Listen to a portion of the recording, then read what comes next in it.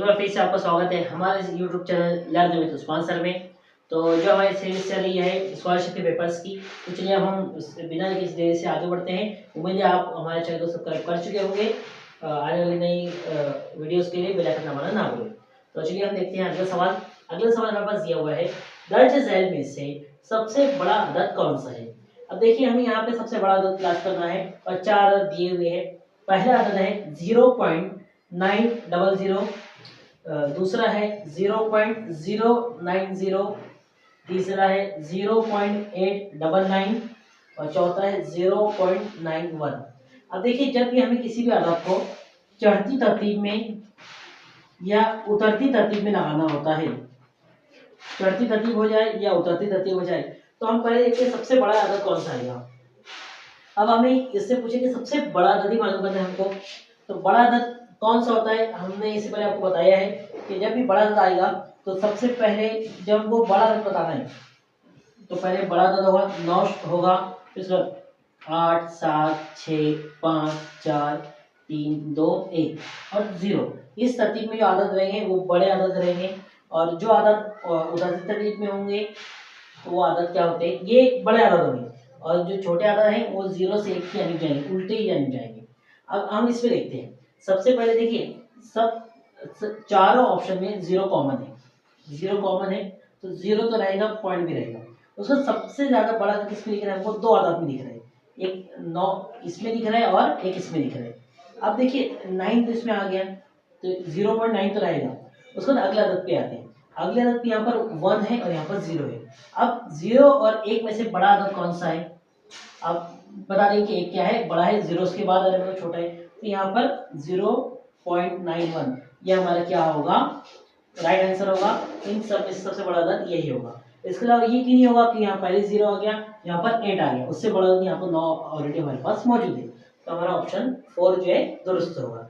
चलिए बढ़ते हैं अगले सवाल की तरफ। अगला सवाल अब देखिए अगर आपको ये समझना होगा तो हमारा वीडियो इसको बना हुआ है कि आदात का छोटा बड़ापन, आप सर्च करोगे तो उस पर मिल जाएगा आपको। चलिए अब देखते हैं अगले इस पे। सवाल नंबर 12 है, आदर्श हाई स्कूल ने, एक स्कूल है जिसका नाम आदर्श नाम का हाई स्कूल है, और उन्होंने क्या किया 47,991 रुपए, और सरस्वती हाई स्कूल ने 8,493 रुपए बाढ़ में फंसे लोगों की इमदाद के लिए रकम जमा की। देखिए 2 स्कूलों ने इतनी रकम जमा की है, इसमें से जो रकम बाढ़ में फंसे लोगों के लिए जमा की 2 स्कूलों ने, आदर्श ने और सरस्वती, ये 2 हाई स्कूलों ने मिलकर बाढ़ में फंसे लोगों के लिए कुछ रकम जमा की है, इकट्ठा की है। उनमें से 50,042 रुपए घरेलू चीजों के लिए, ये उनको जो फंसे लोग थे उनको घर की चीजों के लिए कितने, 50,042 रुपए, और बकिया रकम गिजाई पैकेट के लिए खर्च की, उनके खाने के लिए जो इंतजाम किया उसके लिए खर्च की। तो बताइए गिजाई पैकेट के लिए कुल कितनी रकम इस्तेमाल की गई। तो हमें यहाँ पर 2 चीज क्या दी हुई है, 3 चीज दी हुई है, सॉरी। पहले हमें इन दोनों स्कूलों ने कुल रकम कितनी जमा की, पहले हमें वो मालूम करना होगा। उसके बाद उसमें से उन्होंने इतने रुपए घरेलू चीजों के लिए खर्च किए, इसको तफरीक करना होगा, और जो पैसे बचेंगे, जो रकम बचेगी, वो हमारा जवाब होगा कि उन्होंने गिजाई पैकेट के लिए इतने रकम इस्तेमाल की। तो पहले हम जमा करते हैं। तो पहले आदर्श हाई स्कूल की ने जो रकम जमा की थी वो कितनी थी, 47,991, ये रकम उनकी है। उसके बाद आदर्श सोसाइटी ने जो रकम लिखी है हम इसी के नीचे लिखेंगे, लेकिन हम तरतीब हमेशा याद रखेंगे, हम इकाई के अलिफ से एक एक आदत को लिखते चलते हैं। तो पहले क्या नंबर 3 है, इकाई पर 3 लिखा हुआ है। उसके बाद दहाई के मुकाम पर कितना है, 9 है। सैकड़े के मुकाम पर 4 है और हजार के मुकाम पर क्या है, 8 है। ये दोनों का अगर हम जमा कर देंगे तो हमें मालूम पड़ेगा कुल रकम दोनों ने मिलकर कितनी जमा की। तो 9 में 3 जमा करते हैं तो 10 11 और 12, 12 होता है तो 12 के हम 2 लिखेंगे और एक आएगा हासिल, 8 और 1 9 और ये 9 कितना होगा, 18 होगा। 18 के 8 हासिल कितना आएगा, 1 आएगा। 1 और 9 कितना होगा, 10 होगा। 9 और 1 10 हुआ, 10 और 4 कितना होगा, 14। 14 के कितने होंगे, 4। फिर हमें यहाँ पर हासिल आएगा 7 और 1 8, 8 और 8 16, 16 की 6 और एक क्या होगा हासिल आएगा 4 और कितना होगा 5। यानी कि उन्होंने जो कुल रकम जमा की, इकाई दहाई सैकड़ा हजार 10,000, हम 3,000 पर कॉमन लगाते हैं तो ये रकम होगी 56,482 रुपये। 56,482 रुपये ये रकम उन्होंने कुल जमा की है। अब उनमें से उन्होंने 50,042 पे खर्च कर दिए। अब हम क्या करेंगे, ये रकम ज्यादा है, यानी कि 56,482 रुपये की, 42 नहीं 82 है, 82 रुपये। इसमें हमें तफरीक करनी है, जो रकम उन्होंने किस पे खर्च की, घरेलू और दीगर चीजों पे खर्च की। तो 50,000 दो सिफर है, 50,042 इतने उन्होंने खर्च किए। अब जो रकम बचेगी, यानी खर्च के मतलब तफरीक करना होगा, यहाँ पर हमें दो में से दो निकालेंगे, तफरीक करेंगे तो बचेगा 0। 8 में से 4 तफरीक करेंगे तो कितना बचेगा, 4 बचेगा। 4 में से 0 जाएंगे तो 4 जैसे है वैसे ही। 6 में से 0 गए तो 6 भी वैसे ही। 5 में से 5 गए तो 0, यानी कि 6,440 रुपये ये जो बची उनके पास, उन्होंने किसके लिए खर्च किए। बाकी रकम कितनी थी, 6,440 रुपये, जो उन्होंने किसमें, गिजाई पैकेट के लिए खर्च किए। तो इसका सही जवाब क्या आएगा, ये आएगा 6,440 रुपये जो गिजाई पैकेट के लिए खर्च की। आपको 4 ऑप्शन दिए होते, बस आपको टिक करना होता है इसके अंदर। चलिए हम बढ़ते हैं आगे सवाल की तरफ।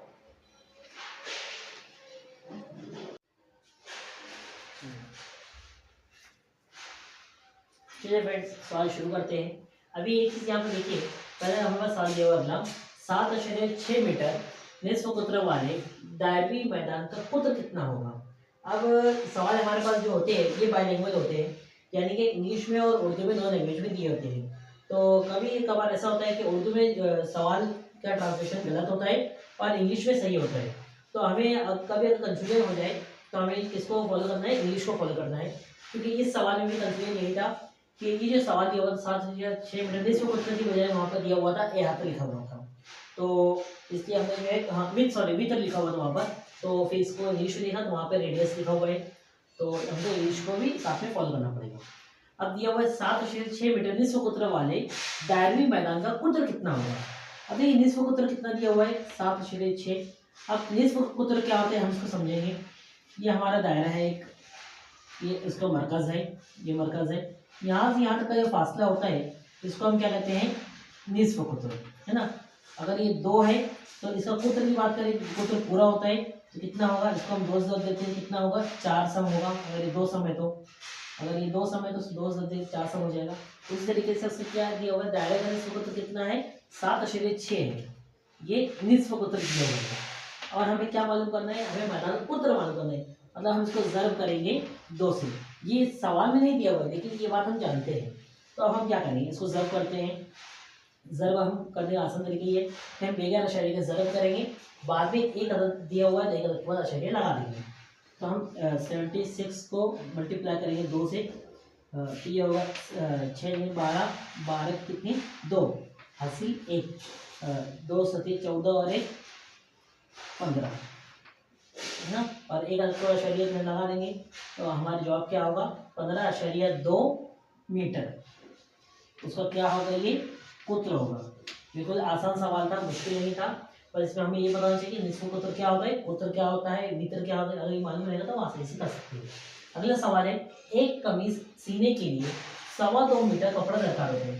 तो देखिए यहाँ पर जो इकाइयाँ दी हुई है वो इबारत की शक्ल में है, तो इबारत की शक्ल को हम लिखते चलेंगे तो बेहतर होगा। तो बताइए ऐसे 5 कमीज सीने के लिए कितना कपड़ा दरकार होगा। अब एक कमीज के लिए कपड़ा कितना लग रहा है, अगर एक हमें कमीज सीनी है तो उसके लिए हमें लगेगा 2.25 मीटर। 2.25 मीटर यानी कितना होता है, 2.25 हम कह सकते हैं। और इसको अगर मीटर में कन्वर्ट करें तो 2.50 हो जाएगा वो। तो ये क्या है, 2.25 मीटर 2.25 है। तो ऐसी 5 कमीज सीना है, इसको हमको 5 मरतबा जमा करना होगा, या हम अगर डायरेक्ट 5 से इसको ज़र्ब कर देंगे तो भी हमारा जवाब आएगा। अब फिर हम वही देखेंगे अशरिया वाला है, हम क्या करेंगे, पहले इनकी ज़र्ब कर देंगे अशरिया हटाकर, और उसके बाद क्या करेंगे, 2 अदद के बाद अशरिया लगा देंगे। चलिए अब शुरू करते हैं। अब हमने लिखा है 225 ज़र्ब 5, 5 के 12 5 पड़ते 5 बचे, कितना होता है 25, 25 के 5 हासिल कितना 2, 5 दूनी 10 और 2 कितना 12, 12 के 2 हासिल 1, 5 दूनी 10 और ये कितना होगा 11, 11 हाँ 1125 हमारा जवाब, 1125 हमारा जवाब आ गया। अब हम 2 अशरिया था तो हम यहाँ 2 के बाद अशरिया लगा देंगे। तो ऐसे 5 कमीज सीने के लिए हमें कपड़ा कितना दरकार होगा, तो हमें कपड़ा लगेगा, कितने मीटर कपड़ा लगेगा, 11.25 मीटर कपड़ा हमें लगेगा। तो उसके कपड़े में ऐसे हम 5 कमीज सी सकते हैं। बिल्कुल आसान सा जरूर का मिसाल की है। चलिए अब आगे बढ़ते हैं अगले सवाल की तरफ।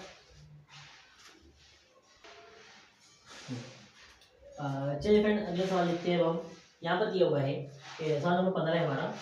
36 के कुल आद की तादाद 24 के कुल आद की बनिस्बत कितनी ज्यादा है। यानी कि जो 36 के कुल आद अगर हम करेंगे, 36 के कुल आद हम लिखेंगे और 24 के अगर हम आद लिखेंगे, तो 36 के आद कितनी ज्यादा होगा, उसकी निस्बत से कितनी ज्यादा होगी। तो पहले हमें मालूम करना होगा 24 और 36 के आद मालूम करना होगा। यहाँ 24 हमने लिखा और यहाँ पर लिखा 36। आद क्या होते हैं ये हम देख चुके हैं। आद ये होते हैं कि वो अदद किस किस पारे में आता है। तो पहले हम देखते हैं, एक के पारे में 24 भी आएगा, फिर ये 2 से भी तकसीम होते 2 में भी आएगा, 3 में भी आएगा, उसके बाद क्या होगा 4 में भी आएगा 24, 5 में नहीं आएगा, 6 में बिल्कुल आएगा, 7 में 7 के 21 नहीं आ रहा 7 में, फिर 8 में 8 की 24 होता है 8 में भी आएगा, फिर 9 9 9 27 और 9 में भी आएगा, 10 में नहीं आएगा, 11 में नहीं आएगा, 12 में आएगा। और देखिए अब यहाँ 12 के बाद हम देखेंगे डायरेक्ट 24 आएगा। क्यों? क्योंकि जब ये उसका आधा अगर कोई अदद है और उसके पारे में अगर वो अदद नहीं आ रहे, उसके बाद नहीं आएगा किसी आदमी में। ये 12 में अगर आ गया, 12 में 24 होता है, अब 13 के पारे में नहीं आएगा क्योंकि 13 में क्या होगा 26 होगा, तो उसका अगला अदद कौन सा होगा, वो खुद अदद होगा 24। चलिए उसके आगे लिखिए। अब 36 क्या लिखेंगे, 36 1 के पारे में आता है, 2 के पारे में भी आएगा। क्यों 2 में आएगा, क्योंकि 2 तकसीम हो जाएगा वो। फिर उसके बाद 3 के पारे में भी आएगा, 4 के पारे में भी आएगा, 4 में 36, फिर 5 के पारे में नहीं आएगा क्योंकि 5 सके 35 होता है, 36 नहीं।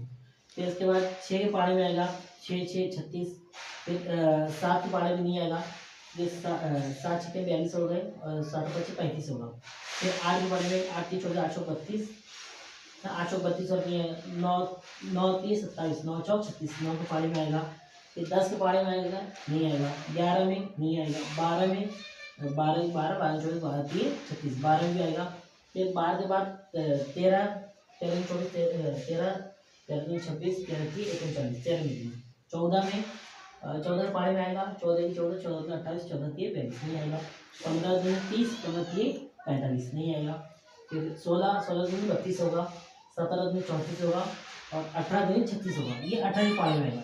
28 का आधा हो गया, अगला दिन क्या होगा वो खुद फिर 36 होगा, खुद के पारे में आएगा। अब उससे क्या पूछे सवाल में, हमने उनके आद लिख लिए। अब पूछे उसे कि 36 के कुल आद की तादाद 24 के कुल आद की बनिस्बत कितनी ज्यादा है, यानी कि उसके आद की तादाद कितनी ज्यादा 36 के, हमको लिखना है। लिखना है 1 2 3 4 5 6 7 8, इसके कुल आद कितने हुए 8 हो गए 24 के। इसके लिखते 1 2 3 4 5 6 7 8 9, इसके कितने हो गए आठ, कुल आद कितने हो गए 9 हो गए। तो कितनी ज्यादा है, एक ज्यादा है।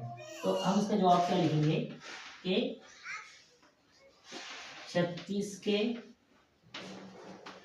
कुल आद की तादाद किससे, 24 के आद से, 24 के आद से एक ज्यादा है। फिर उसका जवाब ये होगा एक ही आद ज्यादा है, क्योंकि देखिए एक ही ज्यादा है, हमने उनके आद लिख लिए, काउंट कर ली। फिर अब आगे बढ़ते हैं अगले सवाल की तरफ। अगला सवाल बिल्कुल सिंपल है, आसान है, लेकिन थोड़ा सा हमें घुमा के पूछा होगा। क्या पूछे, 75,09,535 इस अदद के बाद आने वाला मुतवातिर अदद कौन सा है। किसी भी अदद के बाद आने वाला मुतवातिर पूछे, मतलब उसी तरतीब में आने वाला, ठीक है। ये बस ये क्लियर हुई ये चीज। इस चीज क्या पूछ रहे हैं, 75,09,535। अब इस अदद को हमें किस में लिखना पड़ेगा, इस अदद को पहले हम लिखेंगे हिंदसों की शक्ल में। तो हिंदसों की शक्ल में हम लिखेंगे, इसको हमें समझना आसान होगा। लिखने के लिए सबसे पहले क्या है, इकाई, दहाई, सैकड़ा, हजार, 10,000, लाख और 10 लाख। हम 10 लाख तक लिख दिया। अब उससे क्या पूछा है, 75,09,000, यानी 75 लाख है, मतलब यहाँ पे आएगा 7, यहाँ पे आएगा 5, ये 75 लाख हुआ। ये लाख में काम करना चाहिए हमको। 9,000 9,000 है, 90,000 है क्या, नहीं 9,000 है, यानी यहाँ पर 9,000 को काम पर होगा। फिर यहाँ पर क्या होगा, यहाँ पर क्या होगा, 0 होगा, नहीं कुछ होगा, है ना।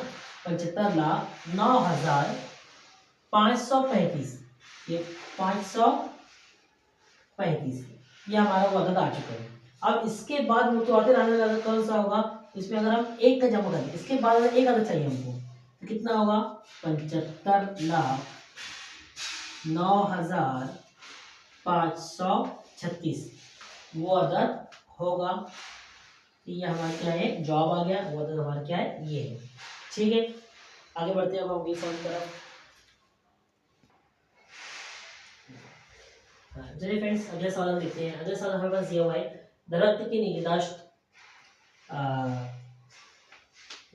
निगहदाश्त इस मुहिम के तहत महाराष्ट्र हुकूमत ने अमरावती, अकोला और हुकूमत ने अकोला और अमरावती, यवतमाल इन शाहराहों पर दोनों जानिब 8,000 दरख्त लगाए। उनमें से 40% दरख्त अमरावती अकोला, ये दो मुकाम है, अमरावती अकोला, यहाँ पे कितने दरख्त है, 40% दरख्त लगाए और उनकी तादाद कितनी है, 8,000। ठीक है, तो इन शाहराहों पर दरख्त लगाए। तो बताइए अमरावती एवं इन शाहरा पर कितने दरख्त लगाए गए। सवाल हम एक बार दोबारा देखते हैं, अगर उसका नतीजा होता भी दूर हो जाएगा। तो दरख्त की निगहदाश्त इस मुहिम के तहत, एक मुहिम है, दरख्त को हमें बचाना है, उसकी निगहदाश्त करनी है।